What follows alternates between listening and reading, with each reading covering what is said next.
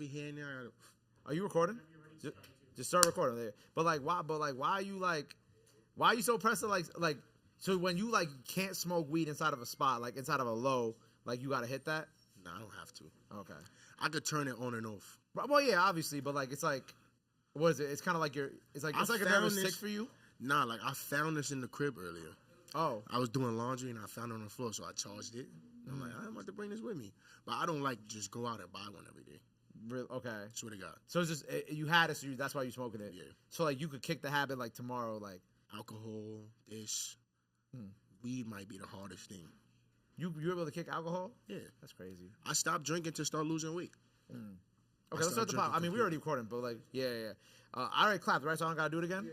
All right, yo, welcome back to the Frequency on the Radar podcast, where I invite people who I fuck with to talk about their lives, talk about their music, if they doing music, talk about whatever they doing. Today, my brother's back on the show, R2R Mo. We chopping it up, but we talking about your health journey right now. Yes. So you said you're able to kick alcohol, able to kick the vaping, yeah, but you can't kick the weed.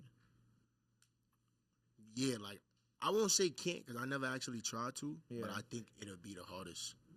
Just because I got so used to just smoking every day. Right. So it's feel like a part of the routine, as crazy as that sounds. Like, what's like your smoking routine every day, though? I might wake up, smoke a blunt, go to the gym, come back, finish smoking that blunt. And then I might not roll up again till later because I might doze off.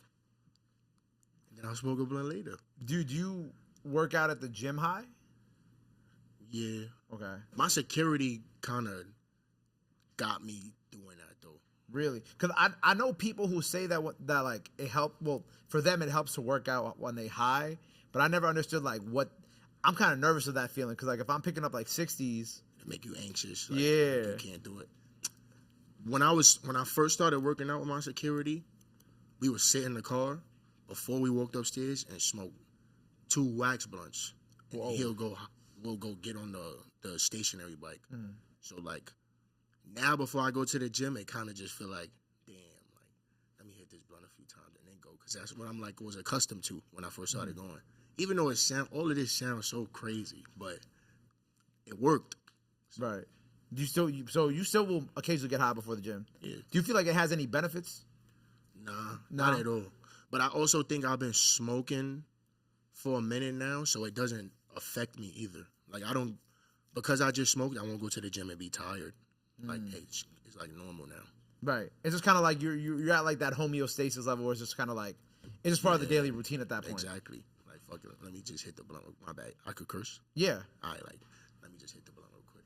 Yeah. I mean, you lost how much weight you lost already? I did another podcast and I said 80 pounds. Right, I saw that because that was the one that kind of went viral, right? I was gassing it, yeah. What part was that? No funny shit show. No funny. Yeah, I fuck with that shit. They shit fire. Yeah, they're funny as hell. Fucking, I lost maybe like 50 pounds. Okay. Like my heaviest was like 285, I want to say, and right now I'm like, I be fluctuating with like 225, 230. Okay. So I lost like 50 pounds. Has there been like, what was like the most difficult part of losing all that weight? Eating healthy and cutting out everything I was eating before, because I mean, at least now I could eat other stuff that I don't want to eat because I'm used to like tracking my calories and knowing what this might do and how much I'm supposed to be eating. But it was really cutting out stuff I enjoy eating every day. Like what? Fried chicken. Every day though?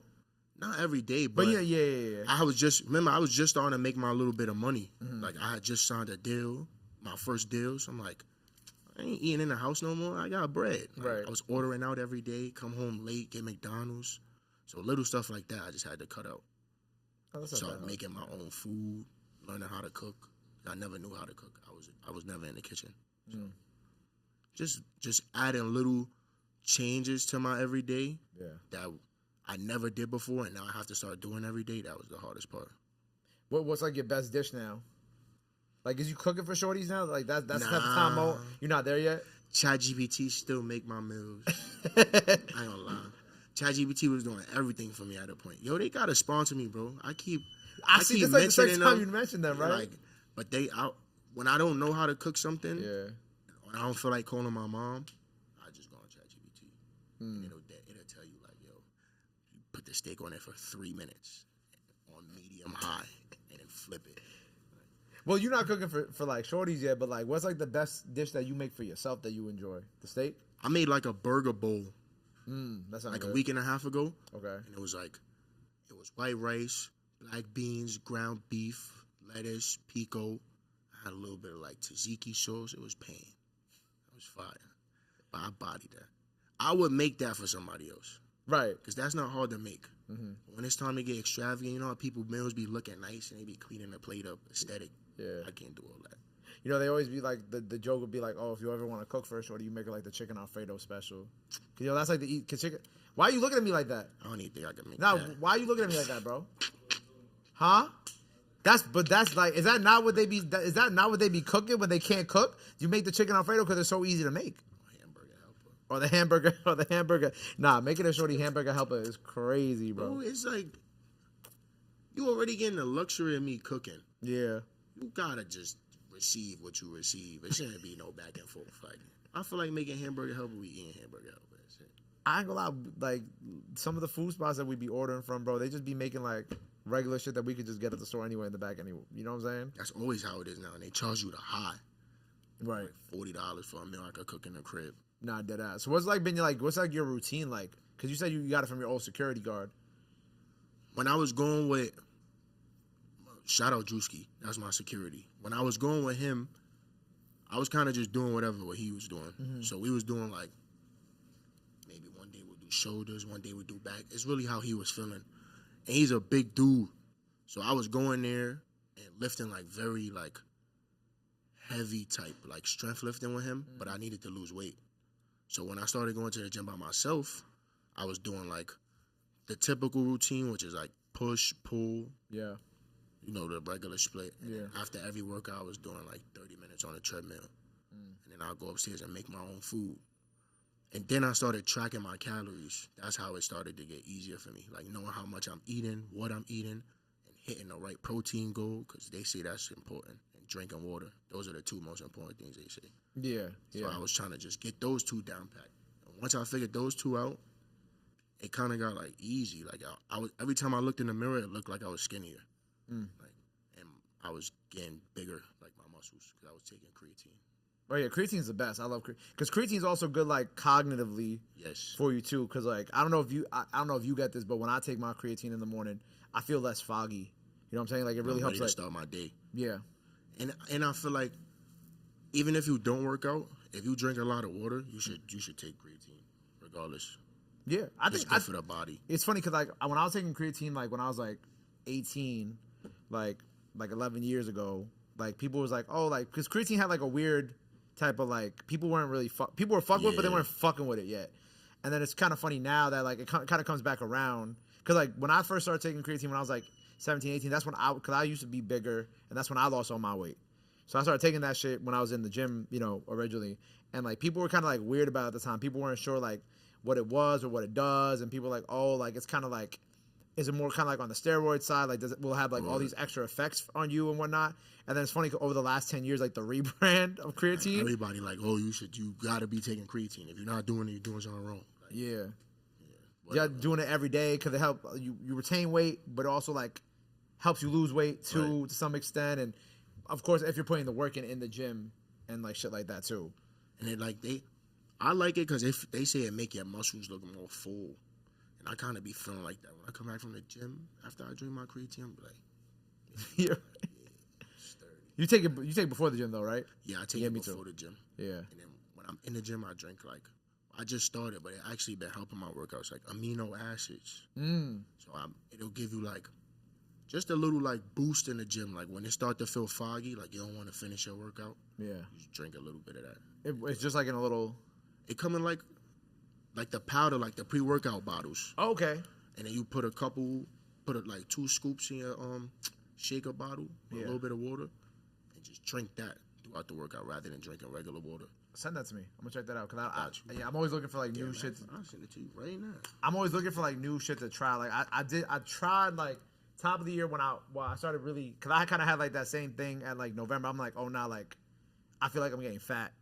I gotta lock in. So I've been back in the gym pretty regularly over the last like 6-7 months, and for a while I was doing like the whey protein too, but then I kind of stopped doing it for a little bit. Like I haven't done the whey protein in a while because I felt like I was getting a little bloated too. Yes. So like I was like, let me chill off this. Then I noticed I slimmed down a lot after I stopped doing the whey protein. So now it's just like straight like creatine and like that's it. Bro, and working out gives you like body dysmorphia, bro. Like once you start working out and doing it so often, like every time you have a bad day or like you don't work out or you eat something bad, you start to feel like, nah, I'm getting fat.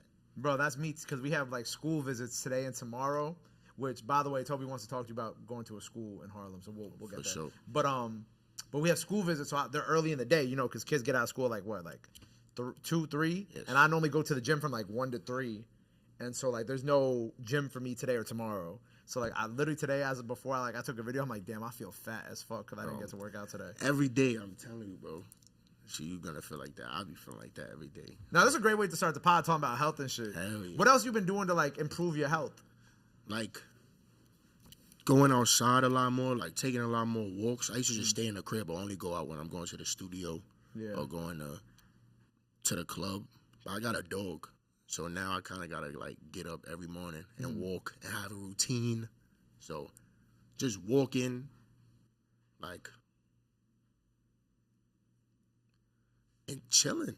I don't even really have too much crazy stuff to it. But it's like tough to walk around because people know who you are. You know what I'm saying? Yeah. I moved to the middle of nowhere. Oh, you moved to the. Oh, you moved. Yeah. I moved out of Harlem like in December. Wow. Yeah. What was that like? Change like for you?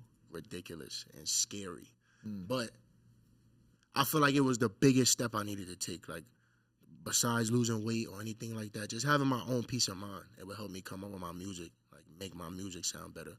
Yeah. Where I could sit trapped in my own thoughts and be able to come up with stuff. But moving was scary, bro, because I spent every day of my life with my mom. Yeah. So I lived with my mom all my life. Me and my mom was in the same room years ago. Like we slept in the same room. So it was like now being by myself, not having. It was times I was missing hostings because I doze off now. And when I was in my mom's house, it's like I get a bang on the door. Like, don't you gotta be somewhere at 1 o'clock? Like, so just little stuff like that. Also, you're like closer to shit in the city too, right? Being in your mom's house in Harlem. Yeah. Now I gotta leave a bit earlier and make sure I get everything coordinated with Tom. So just like transitioning from being where I was at to like more of a grown man, like even changing how I dress, like just doing little stuff, like everything to make myself feel like I'm doing more for myself. We'll talk like after where you're actually living. I'm not gonna obviously put that out there in the pod, but like, is it kind of like, is it like middle of nowhere type shit, like space, like a lot of space between houses and things? Oh wow, okay. So you really like really like are in like a recluded area. Yeah, I live like. How long did it take me to get here? It took me an hour to get here. Okay. Well, yeah. Took me an hour to get here, and I live in like a big building in the middle of nowhere. That's good though. Yeah. I feel like you can even like sense that on like the project too. Like it just feels like a little different. You know what I'm saying? But like I can see how like, you know, it's like whenever someone from the city leaves the city, like a lot of things change. You know what I'm saying? Like I can see how like that may have forced you to like get your health together because you lose all the distractions that are around you. You know what I'm saying? Like, I'm sure you love being around the guys, but, like, you know, they're not always going to be around now because you're in the middle of nowhere. So you can't just, like, you can't just be like, oh, I'm about to go fuck off with Eddie and, like, do this. Or, like, you got to come up with new, like. Do stuff myself. Yeah. I advertise, too, like, not even advertise, wrong word. I advise, like, every musician, like, when you start working on something important, leave, bro. Don't do it in New York. Like, get out of here, bro. But besides moving, besides any of that, like, if you're working on something important, get out of New York. Like, not even saying it in a bad way. Like, it's a bad stigma to being here. But it's like, we just been here so long. Yeah. I think everybody get very closed-minded with living in New York. And there's so much more to see than what we've seen for the last 20 whatever years. So I think, bro, when you're working on something important or you doing your album or you trying to work on something and lock in, bro, get out of here, bro. Go see something crazy. I go, that's funny because now you in like the summertime and you were like in a recluse, like, bro, you gonna be outside sitting like listening. I'm gonna be in New York this summer. Okay, but I ain't working on nothing right now. I just dropped 20 songs. Right, yeah. So now you can kind of like, well, not chill, but like sit back for a little bit. Yeah, sit back for a little bit. Let people still digest it. It's only been a month. You know, we're talking about Harlem, like, and obviously you and I got 2 interviews, but this I feel like is obviously the most in depth that we're ever gonna go, that we've ever gone, because now like you're more talkative. You got some media training. We've known each other for years now. I had no idea. Like, it was so crazy. But like when I found out that your pops was a rapper too, you know, I had no idea. And then how I found out it was so funny because it wasn't even through you.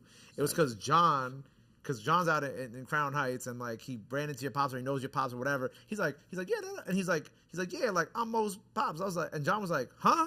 And then we all found out that like, yes, and we look just alike. And yeah, then when I seen him, I was like, nah. And then when I finally seen him, I was like, yo, this is crazy. Like a split image. For you, like, being around your pop, like, what is that relationship like with him and the music too? Like, especially growing up. It like growing up, I wasn't really too. How I explain it? Like, my pops is from Brooklyn.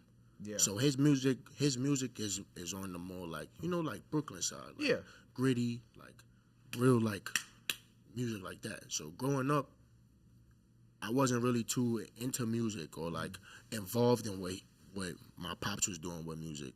I was trying to like play sports and stuff like that. Right. So now, like being here, it kind of just feel like full circle. Like now I'm doing what he used to be doing, and I'm doing it completely different than how he was doing it. Yeah. So it's cool for real. You guys have that relationship where like you run stuff like by him, or you show him, or like he listens to it, like.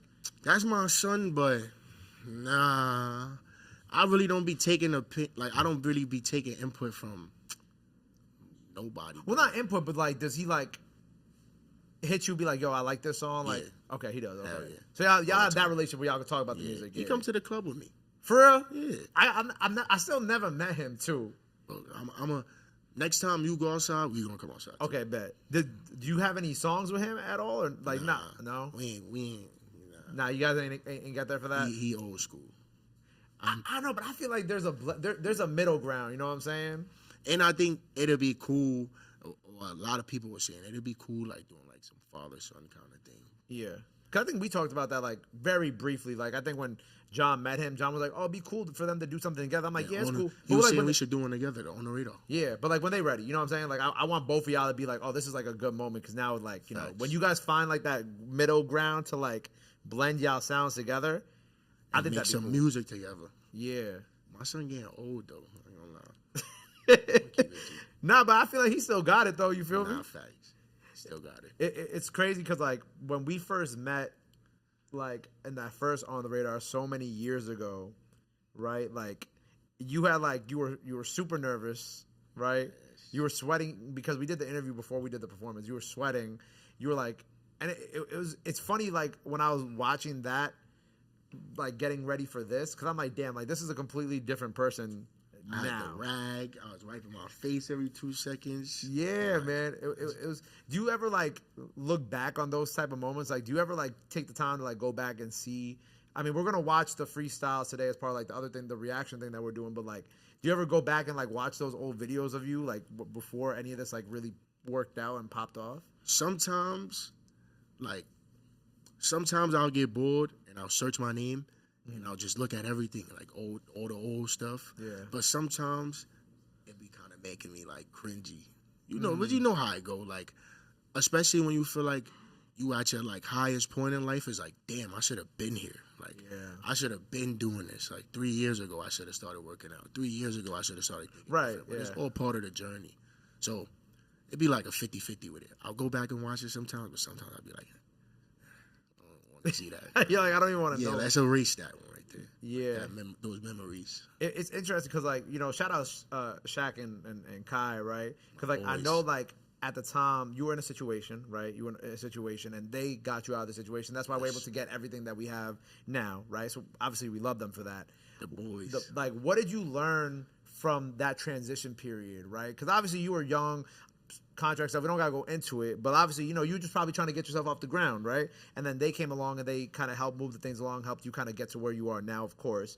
What in that whole transition period, like, what were some things I guess you learned about the industry? Because, like, I feel like when we knew each other, when we met, and you were in that situation and you had to get out of it and do what you had to do, was like, you kind of were like forced to learn a lot about the music industry very, very quickly. Yes. You know, it was like, how do I explain it? Like, damn. It was like it was all like such just a crazy moment, like with all of that happening and stuff like that. I realized the industry gets serious quick. Like that was my thing. Remember, we was just playing football and basketball. Yeah. I was recording music in my dorm, and we came back home from college, and we was like, let's try this rap thing out. So we ain't never really expect to get to the point where people signing me for stuff like this. So I'm getting caught up in situations like this. Mm-hmm. So when that whole situation was happening, it was like 50-50. Like, I don't know what's going on, but I have to figure it out to get out the situation. Yeah. Because before I met Kai and Shaq, I was just stuck, like, in the deal. So it was like you said, just figuring out how crazy it could get that early, or how crazy it may get later down the line, like when we get here. I'm happy I met Kai and Shaq, or two individuals like that, because now I don't really have to worry too much about getting into another situation like that. I know they got the best interest in me at heart, so it's green. Yeah, I go like and I'm glad that worked out too, because it's not like, you know, it's not just you who I know still currently that who are in like situations like that. You know, unfortunately, there's like people that, you know, you and I know who are in situations and like they're stuck in a place where it's kind of like, it doesn't like stop them from releasing music, so to speak, but it kind of like fucks up like other parts of like the promotion and wanting to go do things because they might have X, Y, and Z owed to this person or whatever the situation is, right? And like it kind of bums me out when shit like that happens, because, you know, so many incredible artists get like put in those type of situations, and then like they, you know, people might just give up at that point. You know, then not everybody's as lucky to have a Kai and Shaq in their corner to be like, yo, like let us help you like figure it out, and like we'll get you in a better situation, then you can just do whatever you gotta do. You know what I'm saying? And new artists come out every day. It's That's like, true. Yeah. Once you catch your moment, and then being stuck in something like that, and then hindering your whole process, and you losing your moment and having to gain it again, that's the hardest part. Like, that's the part nobody talk about. Like, once you got it, you gotta keep it. Like, so once you lose it for a little bit, it's over with. There's so many new people to listen to every day. Right. So much new music coming out. We're from New York. It's like a new rapper comes out every day. Yeah, but I feel like New York doesn't really, I don't know. New York is like having like a weird identity like crisis right now. You know what I'm saying? Not respecting the right people. Huh? Like, I don't think New York is like respecting the right people. In what way? Like, there's a lot of people, there's a lot of musicians that I feel like just catching their moment that been deserved it. Excluding myself. People like Fergie. Right. Like, for me, people like B-Mo. Like, right. Yeah. So it's like, I don't know. I think, like you said, New York is having like a really weird identity crisis right now. Like, but I think it'll be figured out with time. It's about to get hot. Everybody's gonna start dropping again. Drinking. I'm just tired of people trying to sound like you, or trying to sound like Cash. Like, you know what I'm saying? Like, it's just like a. I'm like a yo. Like I feel like, again, I don't know what it's gonna take to fix it. I mean, I do know like it takes people being creative on their own to fix things, you know. But like, I just kind of hate like how, you know, when Cash started popping off, and then you were having your moments right after that too with your last couple projects, and even this one, it's just like you could hear like, ain't nothing wrong with being influenced by somebody either. Like, I don't want to stop people from ever being like influenced by Mo, right? But like, it is kind of weird like when it's just like, okay, like it's like they're copying you without even being like shameless about it, you know? And like that kind of is like, whenever like people or these waves start catching on, and I know the people who like originated these waves, and like people want to get on these waves, I'm like, you know, it's not going to work for you guys the same way it worked for them. And even if it does work for you, the percentage of like it actually properly working is like 1 in a million. You know what I'm saying? Imitation is like not always flattery. Like, I hate that. Like, hearing I get like the being influenced, but even that though is like it's a way to find your identity through being influenced with people. It's like, I make music before I go to the studio. While I'm in the studio, I listen to other music, and then go in the booth and think about them flows I just heard and how I could replicate it in a different way. That's how I started figuring out how to catch different flows and stuff like that. So it's a way to do it, but it's getting too blatant. Like, nah, definitely. It's like, damn, like I'm listening. I'm like, bro, you sound like me. Like I would have just made this song. I'm like, I don't like that. That's the part where it's like, I know Cass gets it the worst though. Yeah, of course. Yeah. It's bad. Yeah. Like, it's bad. But they'll never beat you guys, which is why it's like, it's okay. It's Because cool, like, yeah. because I ain't gonna lie, no one can get me. How many songs was on The Greatest Show? Now it's 19. Nobody could get me. There's very few artists out here besides The Boy, for real, Yes. that could get me to listen to 19 songs straight without me being like, nah, I don't want to listen to this shit no more. At some point, you gotta turn it off. Right. Like, When it was funny. Toby, are you in the room? Okay. So when we were in Orlando, we put Toby's cousin onto Mo.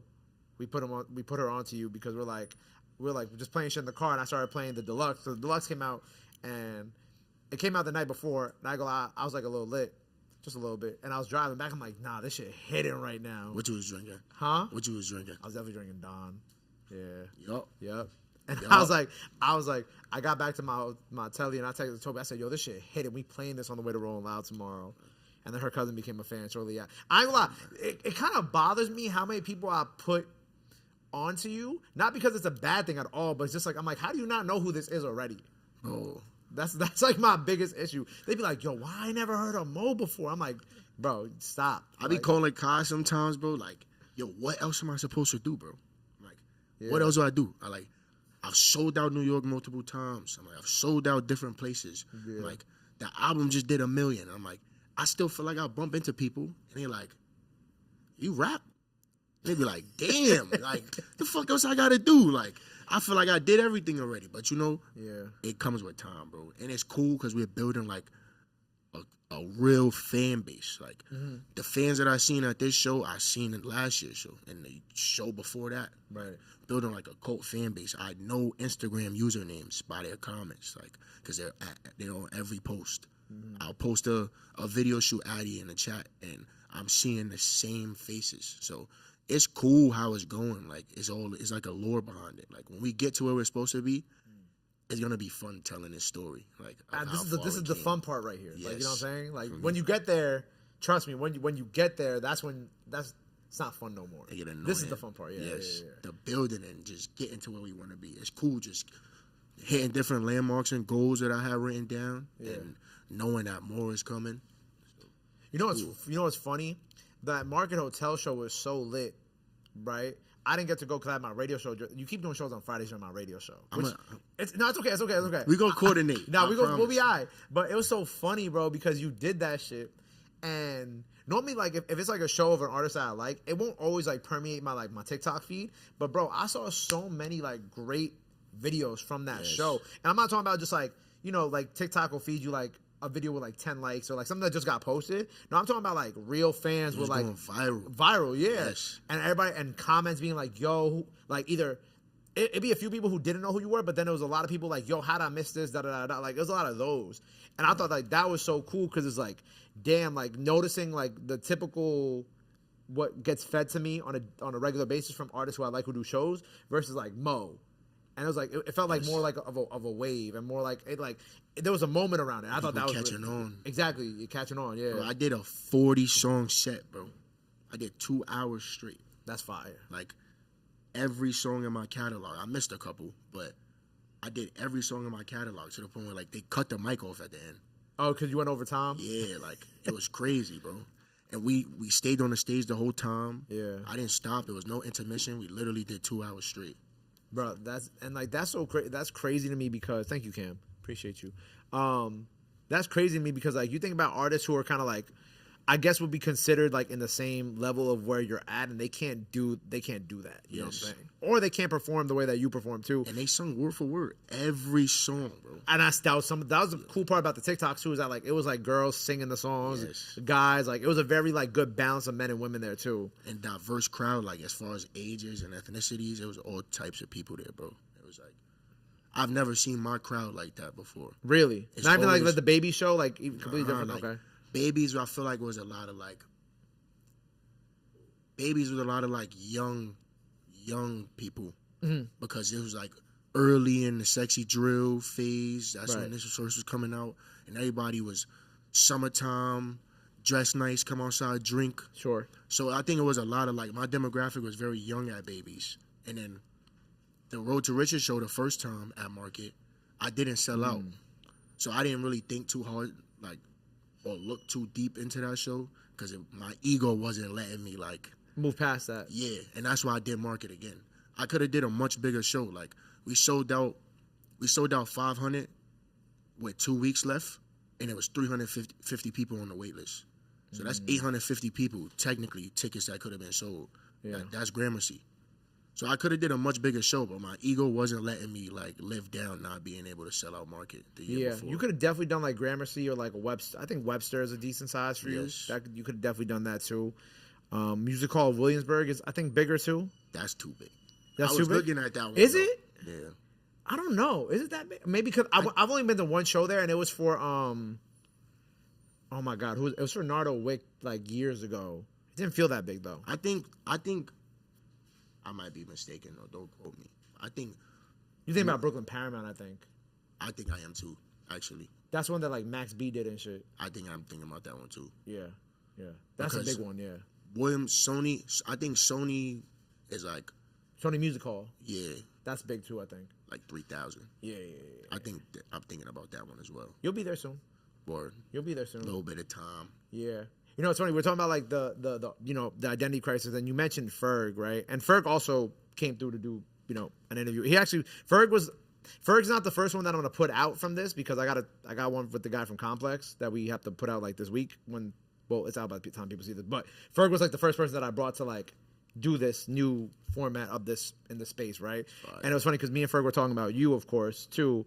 And I think it's very cool how like kind of like new kind of like pillars of Harlem are kind of like you and Ferg, even though Ferg has been doing this for like, I've known Ferg for like 8 years almost now. It's interesting to see the duality because like, you got Ferg on kind of like the more boom bap, not boom bap, I would just say more rap and sometimes trap tip. And then you have your lane with, I don't even know what we call your lane anymore. I call it Angelic Joe for a while, but whatever Mo's lane is right now, you know what I'm saying? And it's cool seeing like the dynamic between like, Ferg doing the shit with Cam and the Big L shit and then it's like, but you got but that's more in line with like what Harlem like was, you know what I'm saying? So he's kind of keeping that identity alive and you're kind of like representing like this new kind of wave and like new kind of like face of it that's not drill at all. That was a cool ass way to put it too.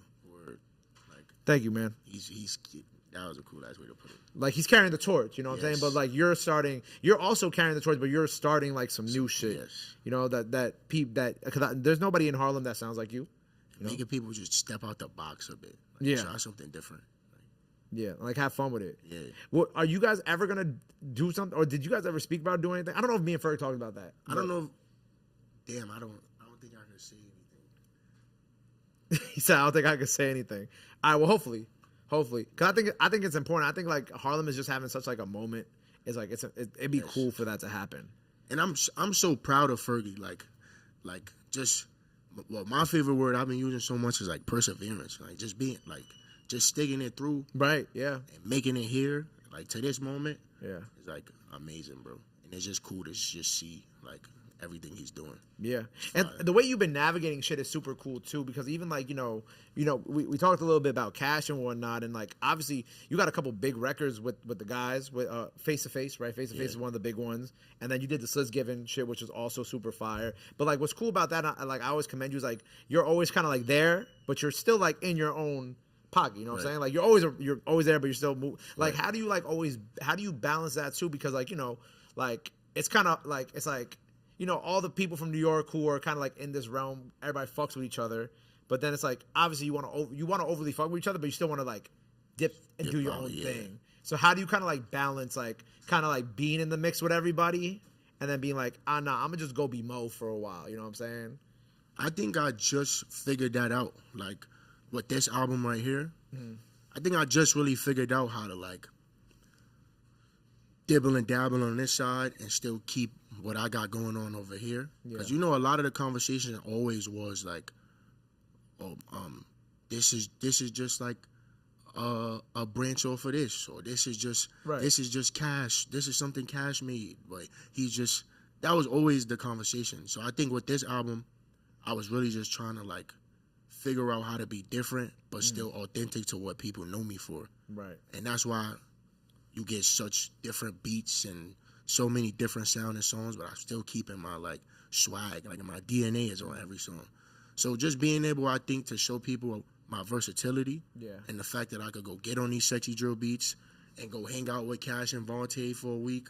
Yeah. And then next week, I'm in Harlem with 50 of my homies rapping on new jazz beats. It's like, feel me? Just being able to like keep that balance and showing people like I can do whatever I want when it comes to music. Yeah. I think that's been keeping it how it is. And you were talking about how like people will like view it as like a spinoff of this, something like that. But like I don't think that the boys ever thought of it as that too. I think the boys always kind of like respected like the lane that you guys have, and that's why we always was locked in. Yeah, and that's why we was locked in since the jump. But you started a lot of like friendships and like bro. You put me on the phone with Joey, the first on the radar I ever had. I did put you on the phone with Joey that first time. Yeah, the first time I ever came here. Yeah. And at that point, Joey was already who he was. So for me coming up and not knowing nothing about the scene, it was like, that was crazy. That was a big moment. Right, but it was because at the time you were hanging out, like, they had you with all the drill kids. Yes. And I was like, this doesn't make sense. Like, shout out the boys, but like, I was like, Mo being with them is just like a bad idea.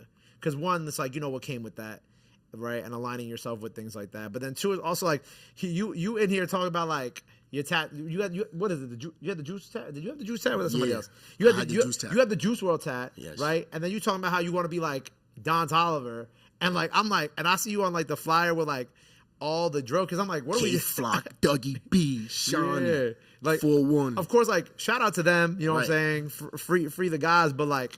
I'm like, yo, this does not belong. Mo does not belong with these guys. That's why I was like, yo, I'm gonna put Mo on the phone. We're probably like one of the nicest people I know. And then like, cause you know how cool Joey is. Hell yeah. So like, I'm like, hopefully this starts like the process of like getting everybody to like, you know, move in that direction. Yeah. But that was like my main motivation behind that. You the man, bro. Yo, but you and Vontae got a song, bro, that like I need to come out because like it's been on like Mad Untitled's and I don't even know where it is anymore. Which one is it? Mata Machine. Bro, me and Vontae got so much music, bro. No, I know, but there was I'm looking for the song what was the song that y'all had on Sis Giving? No More. No More. But like No More is kind of like Mata Machine, but Mata Machine is just like it's literally like one of the best songs I've heard from both of y'all. And it's just like I don't know why it hasn't come out yet. Bro, the moment we leave here, I'm gonna go play that. Because you don't remember it, right? No. Because we have me and Vontae lock in so randomly. Yeah. Like, and he never sends me the songs, bro. Like, how does that work? Let me see if I have it. Let me see if I'm still not Untitled. I just hear them. But it's one of the ones. It starts with the piano keys. I don't know if it's a sample, but it has like this piano key at the beginning, at the beginning of it. And I'm always like, yo, bro. Let me see if Jay Lenny deleted these old like. These I don't know. I don't even think I'm in that Untitled anymore. Vontae got like 1 million Untitles, and I don't think I had that one. But like, regardless, bro, that's one of my favorite songs from the both of y'all, and I just want to have it see the light of day. And also, you got this song with July too, because when I had July's Untitled, when he was like still figuring it out, he also deleted that Untitled because I think he said somebody was trying to I don't know. And there's a song that y'all two have that is like fucking crazy.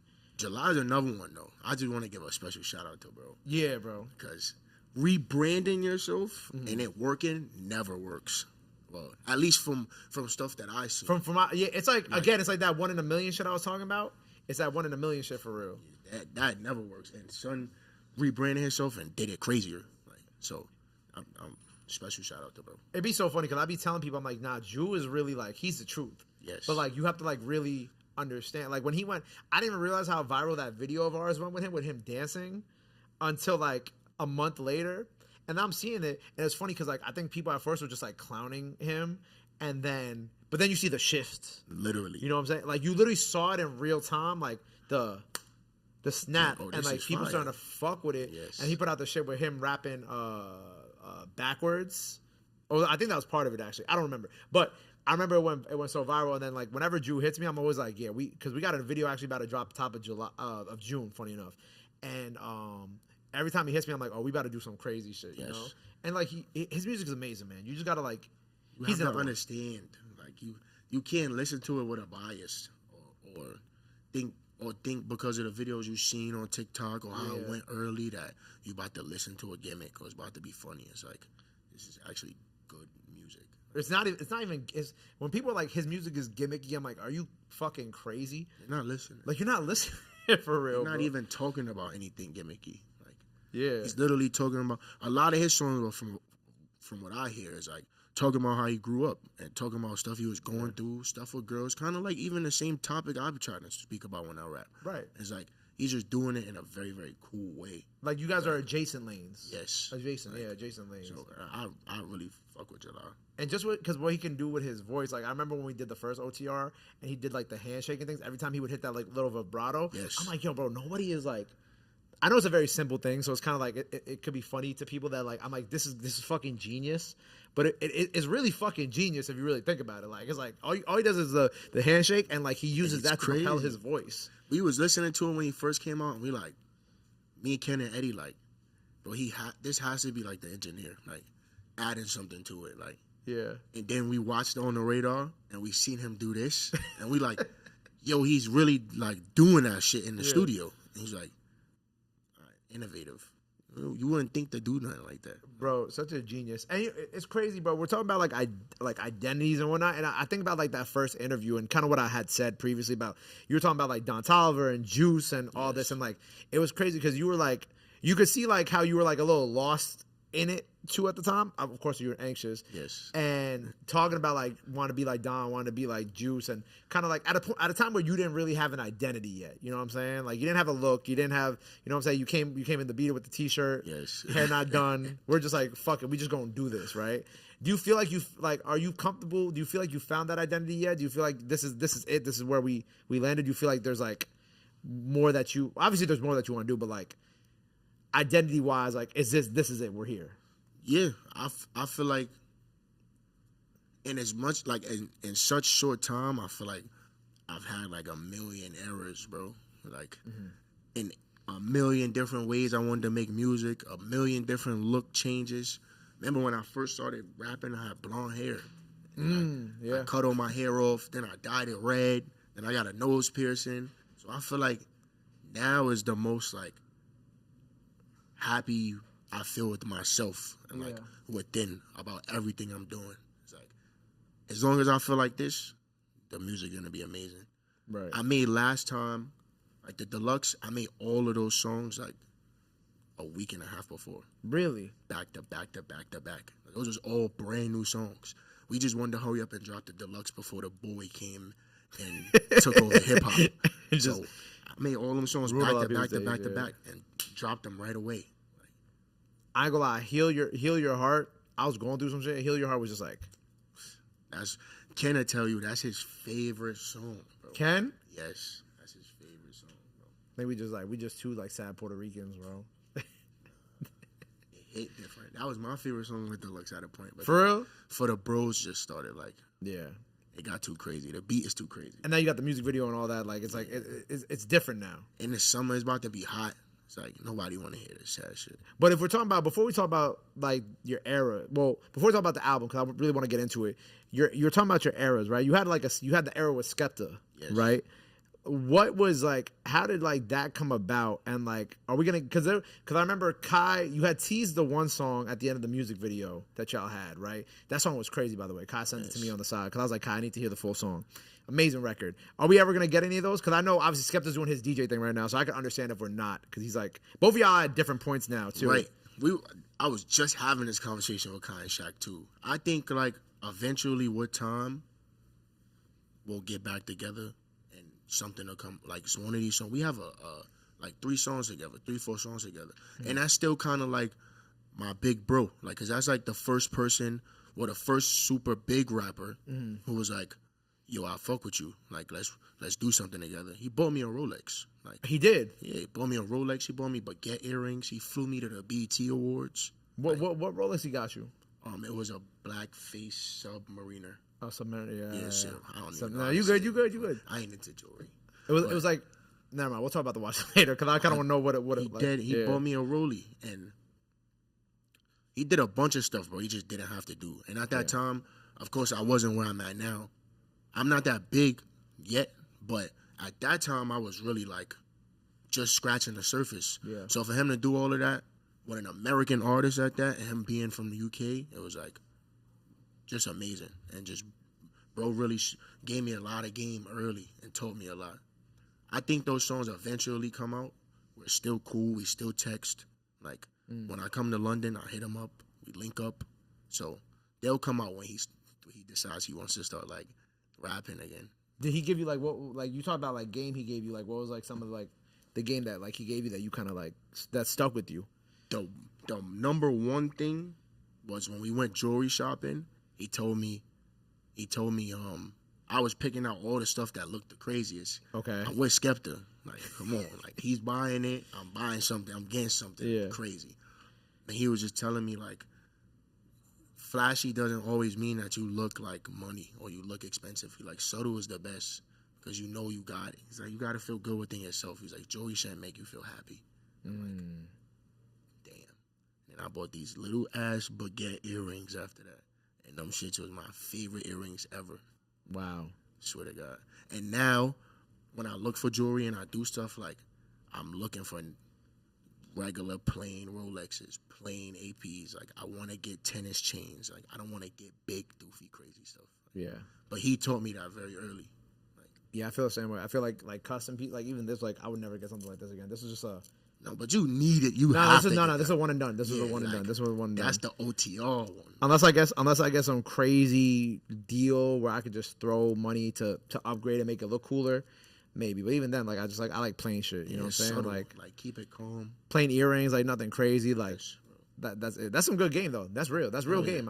That's game for someone who like is like tired of all that shit. You know what I'm saying? And that's good game for somebody like who you think is gonna become who he's gonna become. Yeah. And it's like, yo, when you get there, just make sure you keep this in mind. Like, don't go spending your money on the stupid stuff like all of this stuff, and don't do it. You know what's funny? Like on that Miss Independent record, I think he sampled himself on that record, Yes. right? And like you have a very interesting history with samples and sample clearances, right? Yes. Okay. I had to redo a whole album. Yeah, you have to redo a whole album, Yes. right? So like, where are you at now? And like, have you learned your lesson? I learned my lesson, but my A&R, you know Carl. That's my Carl does all my YouTube stuff. That's my goat. Yeah. Carl don't care about none of that. He don't care about none of that. Him and Kaya text back and forth all day. Yo, we need to redo this beat. It's gonna get crazy. They're gonna take it down. Carl's like, bro, I don't care, bro. Like, just drop it.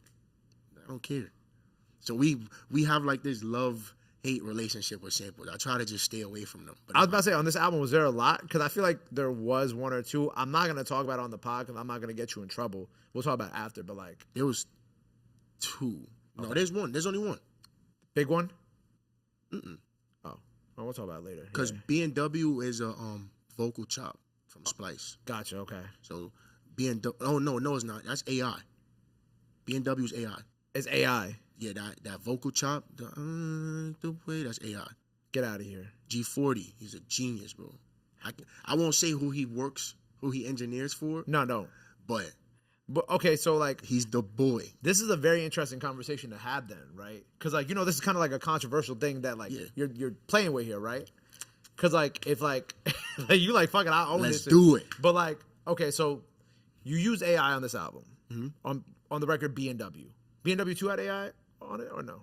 Because it had the... Technically, because Eddie just sampled it. Same vocal chop, right? Yeah. And just changed the drums. So like, what is your take on then the using? Well, obviously you put it out, so you're with it. But like, what are your kind of thoughts about it? Because you know, I guess like some people when they see this, they'll be like, oh well, why couldn't he just do X, Y, and Z?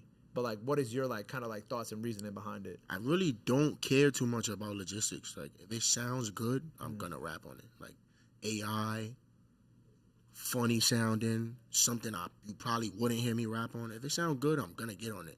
And I really don't be caring too much to ask like, yo, what's this? Or like, is this AI or is this a sample? Like, it really don't mean, I don't really think that deep into it. But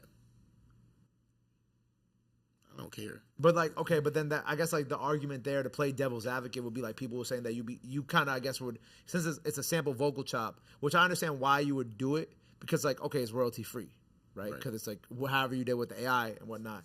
But I guess like the argument that I feel like some people will make when they see this would be like, oh well, it's taken away from people who are really creating art on their own. You know what I'm saying? Come find me and send me some vocal chops then. That's also about that's also about argument. You know, I'm not making the beats. I'm just rapping on them. So it's like, if my producer feels like he went on AI and heard something that was crazy and used it, it's like, who am I to be like, yo, let's swap this for a real voice? No, and it's royalty free. Yeah, let's rap on it. Yeah, you know, I seen like A-Loud post that he was like, he be asking people to come, like, I saw it on, he posted a story, he's like, oh, I want people to come through so I could do vocal samples. But A-Loud is really different, like, for sure. He's a very special producer, so it's like, it don't really hit like that for everybody else. Like, no, but what I'm saying, like, on the logistical side, it's like, oh, like, you know, because clearing some of these records, as you know, is like the worst experience that you'll ever deal with. Right. So like, just create your own vocal chops, and that whether it's, I guess, like through AI or the way A-Loud doing it, it kind of, in a very similar way, it all is kind of the same thing. I'm saying this to say, like, A-Loud can go find somebody who can record the sample exactly how the sample sounds. Yeah. It don't work like that for a lot of other producers. Yeah, like, A-Loud is really the man here in New York. So it's like, for somebody like him, I can understand him going, I forget AI. We're gonna do this from scratch. It's like Scott Storch shit. Like, he's one of them. Yeah. But for like a regular producer, it's like, bro, I ain't doing all that. If I could just have this app, just create it real quick, 30 seconds, I don't get bothered, and I could do whatever I want with it. Royalty free, nobody's gonna say nothing to me. I feel like it's like a whatever you like thing. Like, if you feel like AI is bad, don't use it. That's real. I use ChatGPT. I use ChatGPT. ChatGPT got you skinny. I'm not gonna talk bad on AI. I ain't gonna do that. AI kind of changed my life. Yeah. But I get the argument for people who want to like it. Yeah. So pick your poison. If you don't like it, stay away from it. Pick your poison. But you did sign to create. You know what I'm saying? Like, how has that like been? How is that kind of like you feel like helped with this? Because it's the first project under Create. Yes. So how has that like kind of helped with like the whole R2R mode, like overarching, like, you know what I'm saying? They kind of just like, not even kinda. I really appreciate them as a team. They just listen to the stuff that we say. I mean, it's not really like a back and forth with them. They trust in my creative and what I do. Yeah. So when I tell them I want to do something or what I'm thinking, they're like, go for it, bro. Smooth. And it just makes everything so much easier. My other A&R, I hope I'm not butchering his name, Stefan. But you know when it's spelled like that, it's always it can be like, Stefan too. Yeah, me? But that's my guy. And whenever it's time to drop or like deadlines is coming up, he'll hit me a bit before, have me send everything out. It's just a smooth process with them. It's a completely different experience from being with 3XL, because 3XL is on more of the creative side. Yeah. So it was more hands-on with everything. Whereas Create is like, we trust you, get it done. And I feel like that's kind of like the best way to work, especially when you know what you want to do. Yeah. So it really helped. This whole concept and everything like that, I came up with myself. Like, well, me and the guys, of course, in my team, and it went crazy. It's my craziest drop yet, my biggest debut yet. Right. So let's get into it. Well, first of all, shout out Carl at Create. You know what I'm saying? Shout out the Create family, man. I love them. But like the greatest show on earth, right? I think the first thing I want to ask is like, so only Huncho on the project. Yeah. I wasn't even gonna put that. Right, because even on your OTR, you said there was no features on the project. Yeah, I was gonna drop it like nothing, just straight 15, 16 songs are just me. Right. But I figured it'll work better for the project. We're adding the song on, and me and Huncho ended up building like a personal relationship through making that record. So it was cool putting that feature on there. Yeah, it worked out. Yeah, it worked out. It worked out. But man, like 19 songs on the deluxe, right? What do you feel like?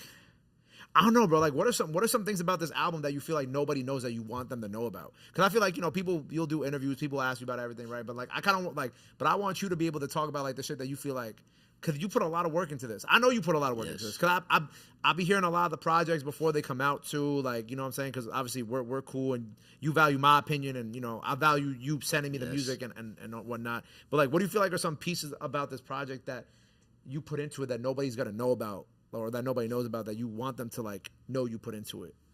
I had a whole different project done and I scrapped it. Like completely done. Like I went into my create deal like with a project I already had plans on dropping. Yeah. And then as time started going on and me just getting like this awakening, like, you know what? Like I need to boss up. Like I gotta get my life together. Like not that anything was bad, but I'm like, I wanna be more like grown man, like more structured. Yeah. And I feel like everything had to change with that. So my old project consisted of a lot of like sexy drill beats, some of the same kind of cadences as like Mr. R2R. Yeah. It wasn't nothing like Road to Riches Volume 1. And I was like, nah, this ain't gonna work out. So I ended up scrapping the whole project and starting over. That's one. Another big thing is I went through like a situation with a girl I was dealing with, and it made me, that kind of like started the switch. That like flipped the switch. Like, I'm bugging. I started working on my security. I went and got my crib. Oh, it was like one of those type of situations. You know what I mean? She ain't do nothing to me though. But it was one of them shitties. We had been through so much together. Yeah. It was like, okay, now that I'm out and I'm seeing everything clear now, and I'm not in a relationship, and I'm like, there's a lot of things I need to change with me. Let's start here. And I scrapped the whole album. I already wanted to do that before that. But it also gave me a new subject matter, like, and I had more stuff to talk about. This album to me feels like my most personable. Like if you listen to every song, you kind of could like piece together the story. Which I feel like I've been able to do, like, because I'm also looking at Volume 1 of like Road to Riches, and like that has some of my favorite tracks you've ever done, like Midnight Club, Weston, 6 p.m. in LA, 12 a.m. in Houston. Like those are like really some of like my favorite Mo tracks of all time. But like this shit, like before the deluxe came out, like when you start with Nothing She Had, because I was also going through something at that time, and I was like, the album it dropped in the middle of what I was going through, right? And I was like, oh nah, they're like, this is hitting exactly where it needs to hit. Toby, are you still in the room with us? Where's Toby? Go get Toby. She left? Is she on the phone?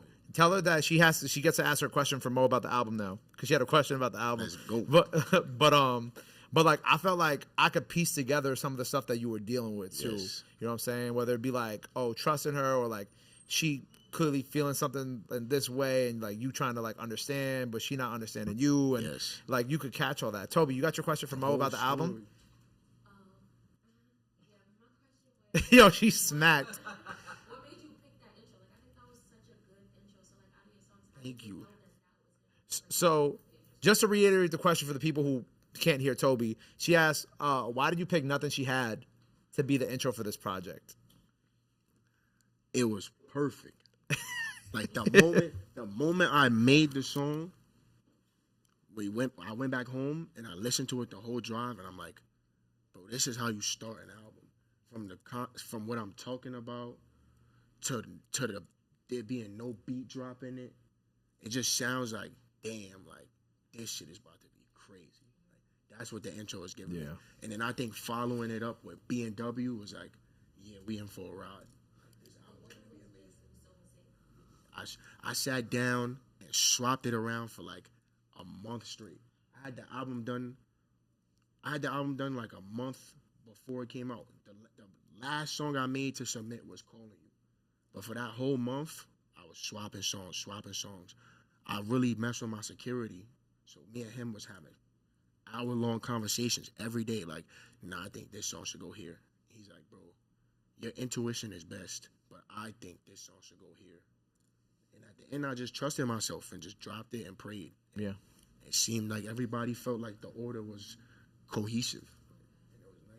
Did Shorty ever hit you up about the album? Yeah, her voice is on Make It Work. Oh, it is? That's her voice? Yeah. Oh, wow. She was tight. So you can't do nothing about it. You gotta sue me, baby. And what'd you say? That's what you said? Come sue me. And then she left you alone after that? No. No? Okay, I didn't think so. I didn't think so. Tell me any other questions about the album? 10 out of 10. 10 out of 10. That's a real Mo fan right there. You know what I'm saying? Appreciate you. When I go lie, whenever you send me like a pack of shit, I go lie, when you sent me the Huncho shit before it was out, I sent her the screenshot of the Untitled, because I would never send your Untitled around, and I was like, look what I got. And she said, send that to me right now. I said, I would never do that to Mo. I said you gotta get in my car if you want to listen to that. I got you, homie. We locked in now. Look, you gave him the good review. Now you get all the unreleased shit. Locked in. You feel me? But like, yeah, nah. So okay, so the album was about the girl, right? What else about this project do you feel like you want people to know about, like that you put into it? Because you put a lot of time into this, bro. Like, if there's anything else, I made the most when the album was done. The most important songs on there weren't. So like, when I was about to submit the album, Nothing She Had wasn't done. Oh wow. First Time wasn't done. Oh shit. Calling You wasn't done. What else was on there that I know wasn't done? That's crazy. Like all the biggest songs on the project I made right before I had to submit the project. Like, and I don't know what I was going through for them 2 weeks, but I was in the studio every day, and every day I was making a new song. Like Monday I made Nothing She Had. Tuesday I made First Time. Wednesday I made Calling You. Like that was a back-to-back run. And then I went to the Poconos and I did B&W, Lonely, I Know, and Check Me Out in one night. Like my mind was all over the place. It was just coming out. Like, I ain't gonna lie, whoever you are, thank you. Thank you. And honestly, you ain't getting shit from that song. No funny shit. I'm sorry. I don't care. You ain't getting shit. Nothing. Nothing She Had. Oh my God, that is crazy. Insane project, bro. Oh, thank you, bro. Congrats. Even like the greatest show on Earth theme. I gotta admit to you, because I'm your man's. I wasn't so crazy about the theme at first. Yes. Just me personally. I feel that though. Right?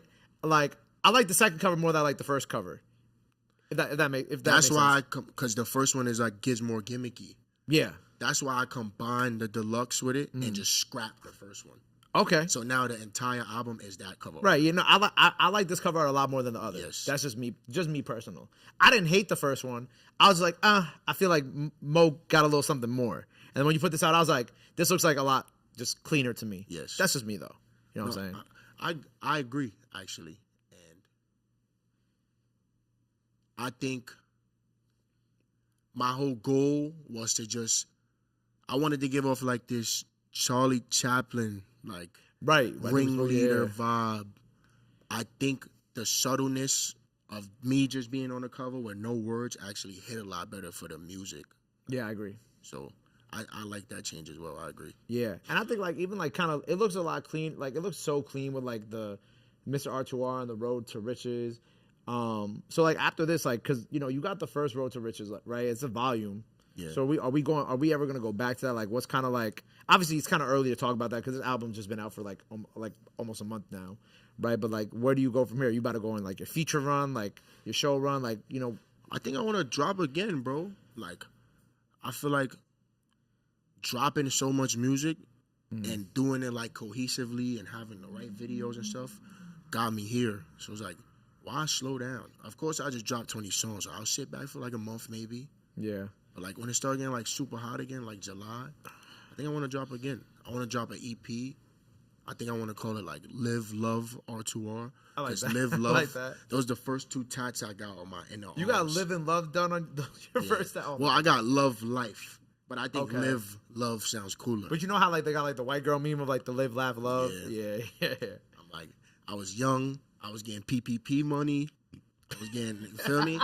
Lost my job during COVID. I was getting tatted every day. I'm going buck where I don't got no responsibilities. I'm getting $900 a week. Like, I'm going to spend this. So I was just getting a bunch of stupid tats. Yeah.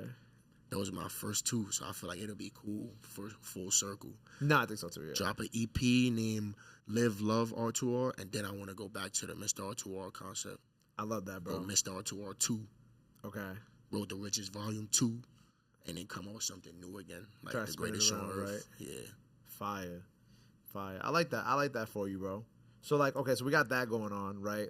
And that's kind of really you're one of those artists that drops and then you just disappear. Yeah, like I'm trying to think. I'm like, damn, what else Mo got going on? I'm like, you got the video, you got the For the Bros video that's gonna be out maybe by the time people see this, but like, which that looked insane. But like, you are really one of those artists that like shoots, does his album, and then just kind of like dips out. Because I need time to make really good music. You gotta live, you gotta live your life. You gotta go like live life, do shit. Like it's not, it's not as simple as like it's not as black and white. I still want to shoot though.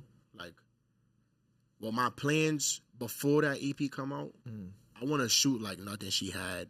Right. I want to shoot like Calling You. All the crazy songs on the album, I want to shoot, and I want them to be cohesive with the storyline, like that circus theme. Every video going to each other. I want it to be cool, and just let the album live on for a bit before I start dropping new music. Right. So I want to shoot those vids, but after that, like scraps. At least I'm not gonna go missing this time though. Yeah. Because I'm planning to drop a bunch. So I might go gone when I start. I might disappear for a little bit when I start working on actual Mr. R2R2. Yeah. But this EP already got loaded up. Like, yeah, I'm ready to drop right now. You gonna send me the Untitled? Of course. Amazing. That's all I want to hear. Got a 7-song EP in my Untitled right now. All brand Toby, new. you heard that, right? Yo, Toby she's so fried. fried, bro. Yeah, She's I so was about fried, to say Toby bro. fried. I said we gonna have a new Toby. We gonna have a new EP to listen to on the car ride home. You sent it to him. I'll do it right now. He'll send it to me right I now. sent you the amino acids earlier. Look, don't call my bluff.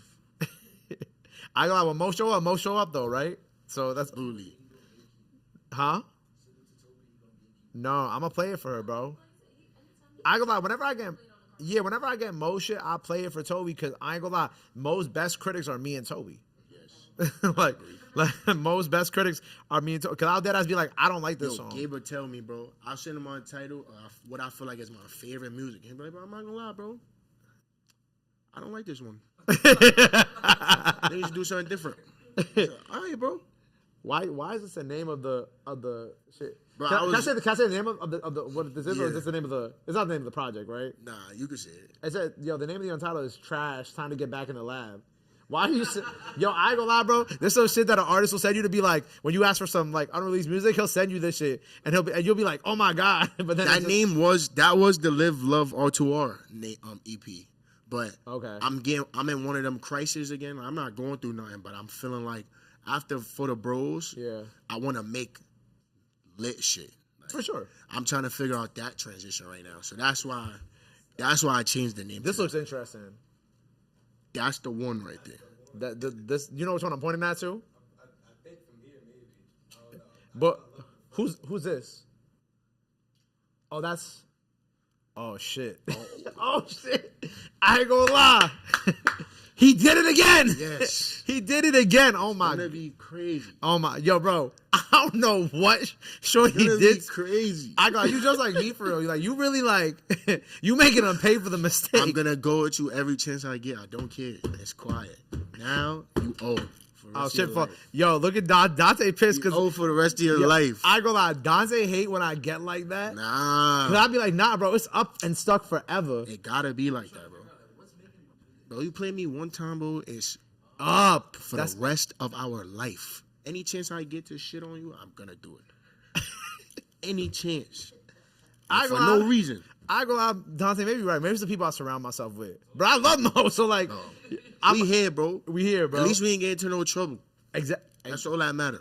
Knock on wood, knock on See, wood. right. Yeah. We doing it right so far, though. That's all that matters. Nah, for sure. Hey, bro, well, look, we're also going to have another video of Mo reacting to his old On The Radars. We about to shoot that right after this, so be on the lookout for that. The Greatest Show on Earth experience out now. We did for Mr. R2R. Was it Mr. R2R we did that experience for? No. We didn't do nothing for Mr. R2R. We did for... Oh, no, it was Yes, Mr. R2R. We didn't do it for Road to Riches. Yes. So the Mr. R2R experience is also out now, and all the old Mo On The Radars are out now, so go check that out. But yeah, bro, anything else you want to let the people know before we sign off? Yo, Gabe is the boy. Look at the studio space. Thank you, bro. This ain't the typical space you usually see. He's doing it. Don't Yes. let him tell you no different. If you need to borrow money, don't let him tell you Like, he give me don't like got 6 it. months to re-up after spending all Don't my let money him tell on you this he shit. don't got it. I'm going to ask him for $5 before I leave. But I love y'all. I love everybody. I got $5 in my wallet. I got you, bro. But look, man, R2R Mo, The Greatest Show on Earth Deluxe out now. Go check that out. New EP on the way. Yes, All the good on the radars out now. Make sure you go check that out. Till next time, man, show love, show support. Love is free sports for y'all. Already knew that. Gay P, Frequency, OTR. We out. Bow.